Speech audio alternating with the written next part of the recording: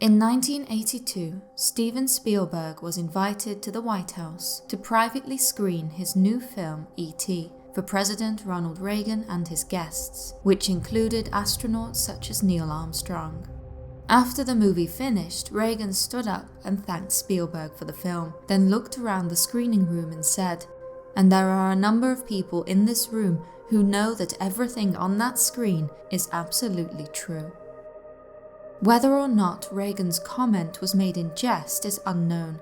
However, he was certainly not afraid to have his name linked with the concept of aliens, having publicly recounted 2 personal UFO sightings and made public speculations on how a threat from outer space would unify all nations. Such anecdotes and remarks from those in high positions of power have helped fuel the belief that governments have been concealing information from the public for decades in regards to extraterrestrial encounters. Part of this belief is the idea of men in black, shadowy figures dressed in black who deliver veiled threats to those who dare to discuss publicly the existence of UFOs and aliens. Eyewitnesses describe men in black as dressing in all black suits and black hats, with their behaviour ranging from unmistakably odd to menacing. Speculation as to who these bizarre figures are ranges also, from theories of an ominous web of government-backed agencies charged with keeping extraterrestrial secrets out of the hands of ordinary citizens, to extraterrestrials themselves, intent on observing those with connections to alien activity. The following 5 cases describe men in black encounters, from the bizarre to the chilling.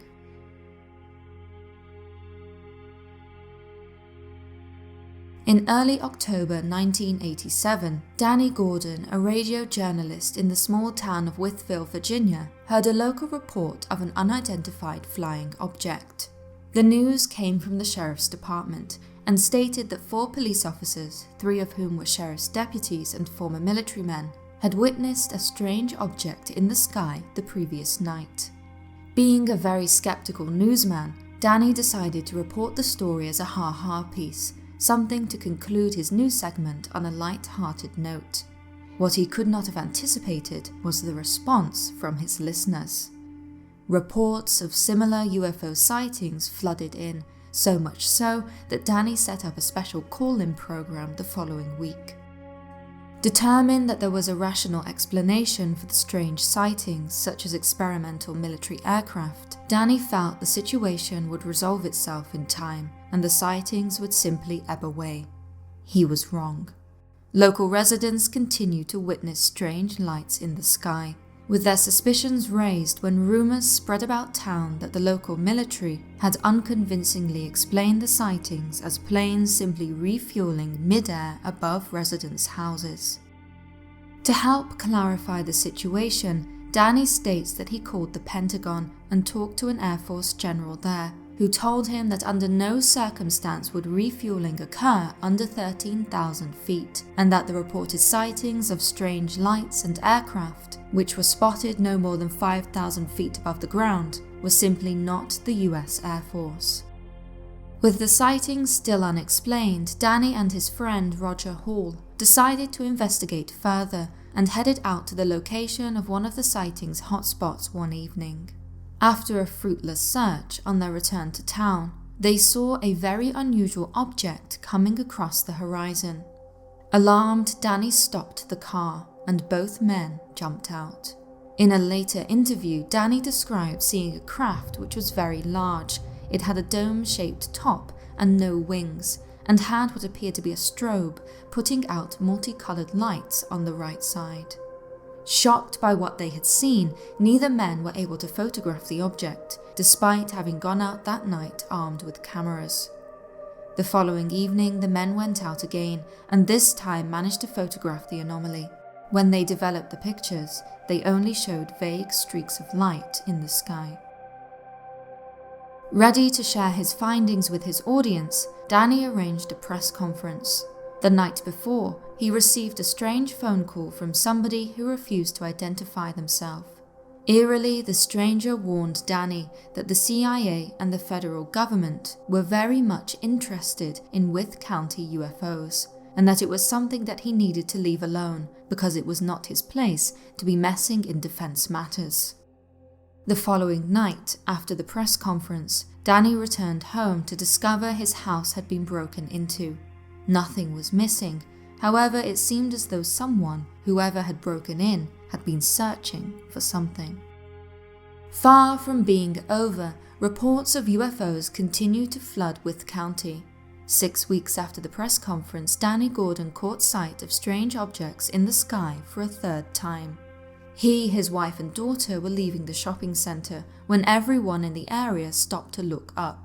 Supposedly, there were 4 different aircraft flying in formation that made no sound. According to Danny's estimates, there were 200 people who watched them fly over. Once again, Danny was able to photograph the crafts in 4 separate photos. 3 months after the initial sightings, and Wythe County now had more than 1,500 reports of UFOs. Something was clearly going on. Again, Danny phoned the Pentagon and pushed for answers. The response he allegedly received was shocking. Speaking with the spokesman for defense at the Pentagon, he was told, "We do not deny UFOs exist. The government confirms they exist, but we deny they pose a threat to the populace of Wythe County." When Danny asked the spokesman how he could know such a thing, he was bluntly told that no further information could be given. Danny continued to investigate the UFOs which plagued Wythe County. However, one night after receiving yet another strange phone call, he began to wonder if he was making the right decision. He claims to have been contacted by a retired military intelligence officer who asked Danny to record their conversation so that if anything happened to him, it was on record that he had been forewarned. The man told Danny that he too had been researching UFOs to a tragic end. What I'm telling you, Danny, is I've been pursuing this thing for many, many years. And like I say, I saw my son die of leukemia. The man claimed that because of his research, his son had been targeted. What I'm telling you, they will try to hit you if they think it's practical for their purposes to keep you from further investigating this thing, and then most likely it'll be done through skin contact chemicals. It could be something on the doorknob of your car or on the steering wheel. They could also come up with something, do something to your children. Understandably, this conversation left Danny chilled, but he felt he needed to continue his research and uncover the truth behind the mass sightings. Less than 1 month later, 2 strange men in black arrived at his home, supposedly journalists wishing to write an article about Danny and the UFOs for their newspaper. The men stayed for about 45 minutes, one interviewing Danny and the other wandering around the house taking photos. As they left, they said that they would send Danny a copy of the article when it was published. When it did not arrive, Danny contacted the newspaper they claimed to work for. However, it had no record of the journalists, stating that the 2 men did not work for them. It was sometime after this meeting that Danny realized the negatives of the photos he had taken outside the shopping centre were missing. Someone had taken the original images of the 4 UFO photographs. By now, Danny was living alone. His wife and daughter had moved out, exhausted and living in fear of what may happen to them as Danny continued his research. 2 months later, Danny had a stress-induced heart attack. He had to stop his investigation. Speaking years later, he said that, "If I had the choice, I'd not report the UFO story again. It's just been too hard on my life and created too many problems."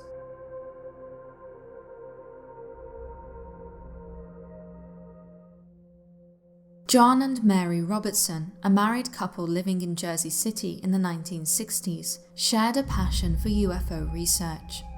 What began as an interest turned into something more sinister around 1968 when John and Mary began to experience bizarre activity. After returning home on an evening, it looked as though someone had been in their apartment, rummaging through their UFO files. Startlingly, one day whilst home alone, Mary noticed a strange man in black standing rigidly by the doorway of the building next to their apartment. He had an unsettling look on his face and seemed emotionally detached.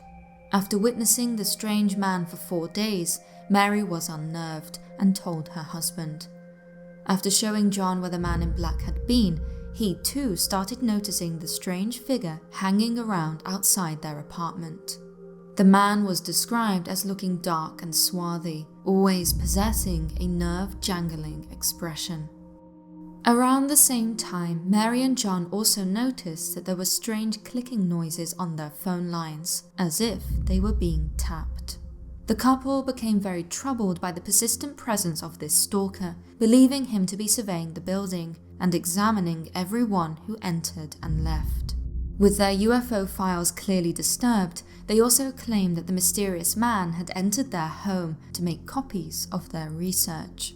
After persistently calling their friends and fellow UFO researchers Timothy Green Beckley and Jim Moseley for help, the two men decided to drive around to the Robertsons early in the morning to confront their tormentor. Once there, they saw the mysterious man and photographed him. The pair then parked around the corner in the hope of gaining more information about the man in black. However, before they had the chance to find out any more, he had vanished. Since the incident, different theories have been proposed in regards to the Robertsons' man in black. Jim Moseley has stated that he believes that the man in black was spying on the couple for nefarious purposes related to their UFO research, and that after he noticed someone had photographed him, disappeared. Timothy Green Beckley, on the other hand, believes that the man was possibly undertaking some illegal activity regularly and was scared away when he saw that a photograph of him had been taken. Whatever the truth, the man in black was never seen again by the Robertsons.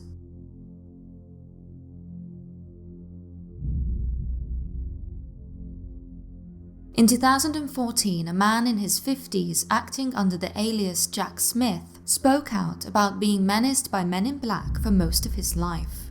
It was an encounter that year in New Orleans, Louisiana, that had prompted him to finally speak out about his traumatic experiences.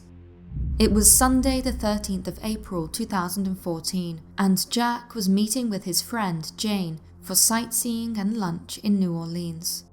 Whilst waiting for a streetcar to arrive in the French Quarter, Jack and Jane noticed that they were being watched by a pair of strange-looking men. During their interview, Jane described the men as looking like identical twins. They were slim and much taller than the average person. They were dressed in identical black suits, white shirts, skinny black ties, fedoras, and black sunglasses. They were pale, they were stiff, and they moved eerily in unison. They had oblong faces and a thin line for a mouth. Jane's first response was that the men were dressed for a performance, as their clothes seemed inappropriate for the hot weather. As minutes passed, the two men in black continued to watch Jack and Jane. This tense encounter lasted for some time before the streetcar finally arrived and Jack and Jane were able to get away. As for the two men, they left the station, walking away from the streetcar despite having waited for at least 20 minutes, and got into a black car across the street. Jack was able to film the encounter on his cell phone, something which he had never been able to do before. This was also the first time he had seen men in black in the company of someone he trusted. He explained his relief at someone having seen them with him. Despite having filmed the strange men, all attempts to share the video have been unsuccessful, with files mysteriously vanishing. Jack has, however, been able to share still images of the men in black he and Jane encountered that day. When asked why he thought he was a person of interest to the mysterious men in black, Jack cited a childhood encounter he had with a boy with no hair and big eyes. Jack had been 5 years old at the time, playing with other children from the neighborhood in a wooded area behind his home in Baltimore. When he met the strange child, his appearance had made Jack feel uncomfortable, However, he had assumed that the boys' malformations were the result of tragedy, such as being in a fire. It was not until 2 other boys resembling the first appeared that Jack's discomfort intensified.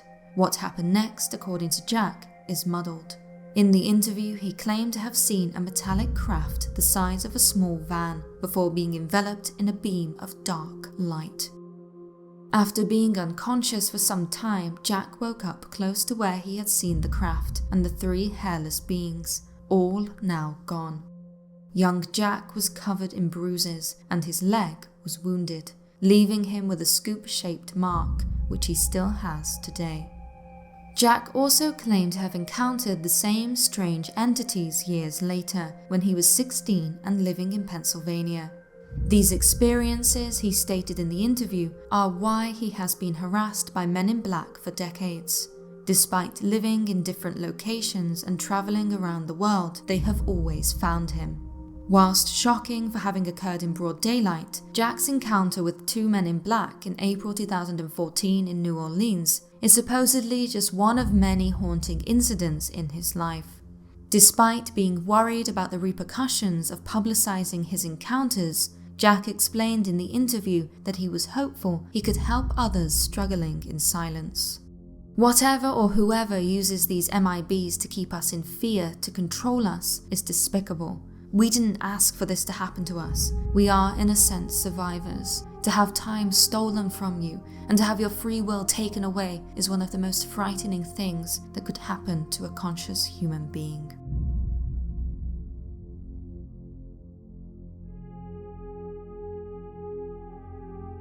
On the 21st of June 1947, during the same month of the infamous Roswell incident, 2 unofficial harbour patrolmen, Harold Dahl and his son, were salvaging wood from the Puget Sound in Washington state when they noticed something strange in the sky. High above them were 5 saucer-shaped aircraft made from reflective material, circling around a 6th unidentified flying object of the same description. Slowly, the 6th object supposedly descended over the men's boat and stopped an estimated 500 feet above the water. Fearing that the saucer was about to crash into them, Dahl and his son moved their boat onto the shore of nearby Moray Island.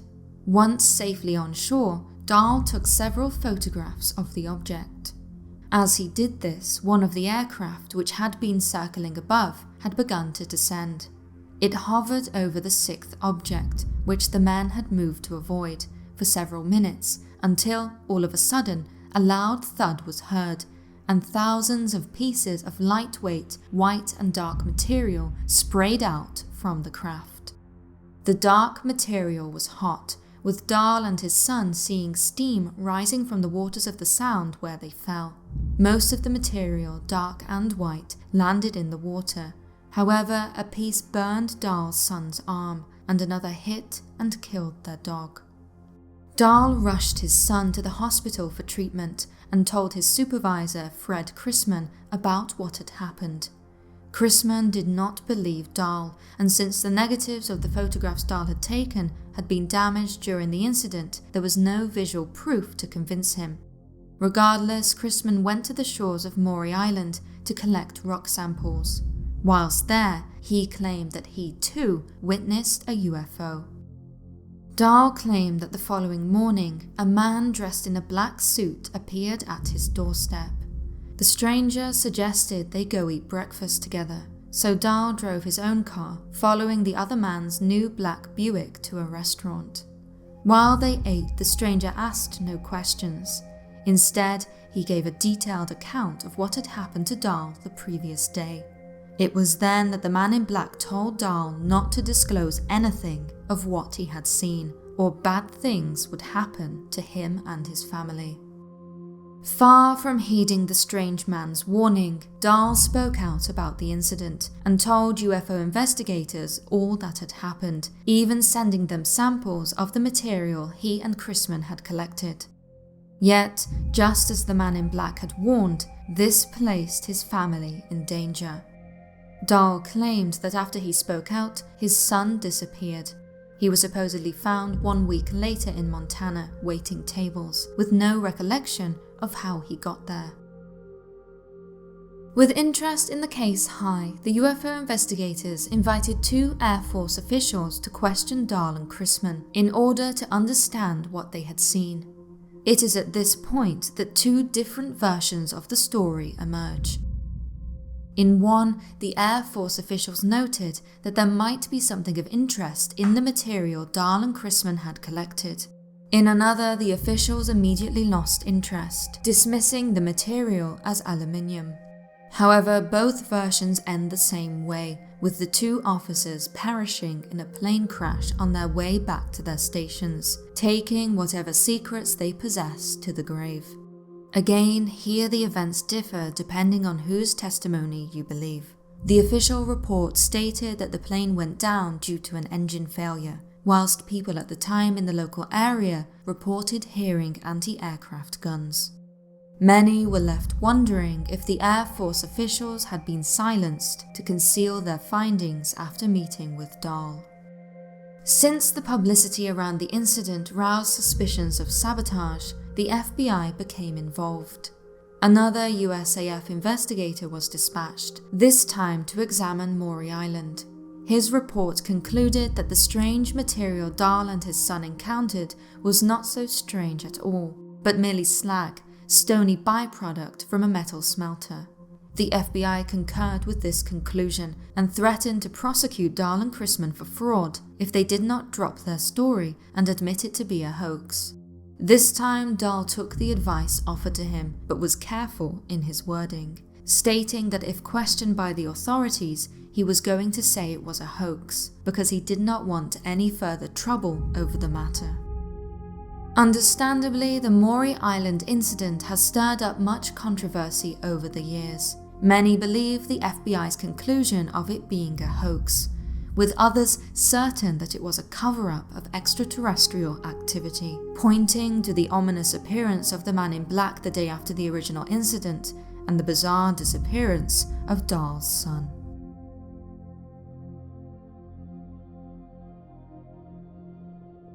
Hidden in the depths of Rendlesham Forest in Suffolk, England, is RAF Woodbridge, a small airfield used in the 1940s by distressed aircraft returning from overseas raids.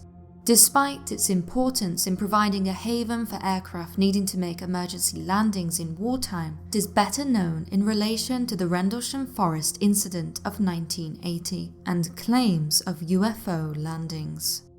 On the nights of the 26th, 27th and 28th of December 1980, United States Air Force personnel stationed at the airbase reported seeing a series of strange lights over the forest.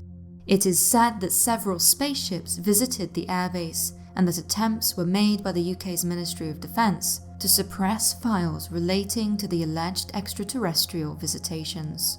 In 2002, files relating to the incident were released for public inspection. Included in them was a memorandum from the base's Deputy Commander, Lieutenant Colonel Charles Holt, to the Ministry of Defence. In the memo, Holt described how 3 USAF patrolmen reported seeing a strange glowing object in the forest, which was metallic and triangular in shape. It illuminated the entire forest with a white light. As the patrolmen approached the object, it manoeuvred through the trees and disappeared. The object was briefly sighted approximately an hour later near the back gate. 2 nights later, Holt reported that the object returned, appearing as a red sun-like light before breaking into 5 separate white objects and disappearing. Hey, I see it too. What is it? We don't know, sir. So, can I get some? Yeah, it's a strange, small red light. Looks maybe a quarter to half mile, maybe further out. Pieces of it are shooting off. There is no doubt about it. This is weird. Past the farmer's house and across in the next field, now we have multiple sightings of up to 5 lights with a similar shape and all, but they seem to be steady now rather than a pulsating or glow with a red flash. Okay, here he comes from the south. He's coming toward us now. Now we're observing what appears to be a beam coming down to the ground. Described as the United Kingdom's equivalent of Roswell, the Rendlesham Forest incident attracted a following of dedicated researchers in the years after. Despite decades having passed, the interest has only intensified.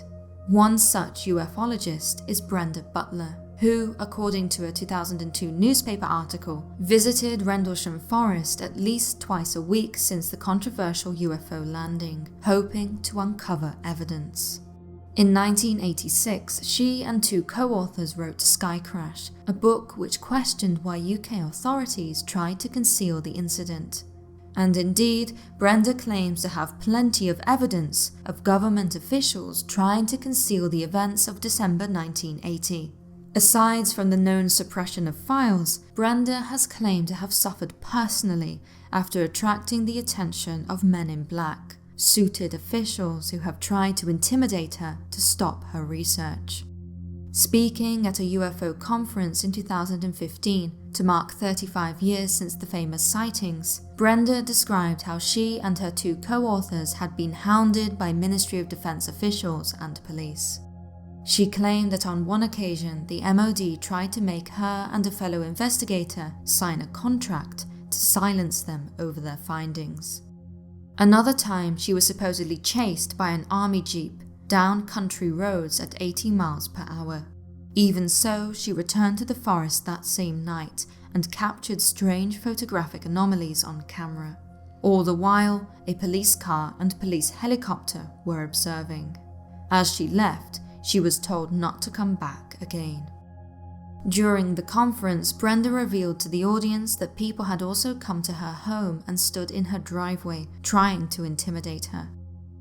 Later, during a telephone conversation with a journalist, Brenda claimed that her phone had been tapped in the past, and that her co-authors had received anonymous phone calls, warning them that if they did not stop researching the alleged UFO incident, they may end up at the bottom of the ocean.